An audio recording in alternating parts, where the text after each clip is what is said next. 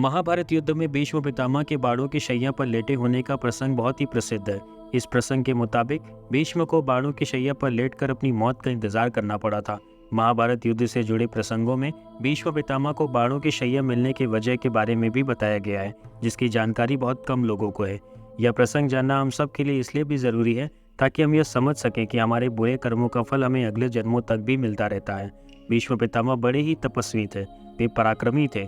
उनका मानना था कि उन्होंने अपने कई जन्मों में कोई बुरा काम नहीं किया है, लेकिन सच यह नहीं था। कहा जाता है कि महाभारत युद्ध समाप्त हो जाने के बाद भीष्म ने भगवान श्री कृष्ण से अपने बाणों की शैया पर पड़े होने की वजह पूछी थी। भीष्म का कहना था कि मैंने अपने पिछले 100 जन्मों तक कोई गलत काम नहीं किया है, मैंने सदा दूसरों की मदद की है, इसलिए मुझे यह समझ नहीं आ रहा कि आखिर मुझे किस पाप का फल मिल रहा है। इस पर श्री कृष्ण ने भीष्म से कहा कि आपने पिछले 100 जन्मों में कोई अपराध नहीं किया है, लेकिन पिछले 101वें जन्म में आपने एक अपराध अवश्य किया है और आपको उसी अपराध की सज़ा मिल रही है। श्री कृष्ण ने बताया कि आप 101वें जन्म में जब शिकार करके लौट रहे थे, उस वक्त एक करकेटा पक्षी आपके रथ से गलती से टकरा गया था। इस पर आपने अपने बाण से उस करकेटे को नीचे गिरा दिया था। वह पक्षी नीचे कांटों की झाड़ियों में जा गिरा था, जो उसमें 18 दिन तक फंसा रहा। उस पक्षी ने आपको श्राप दिया था कि आप भी एक दिन यह दर्द झेलेंगे।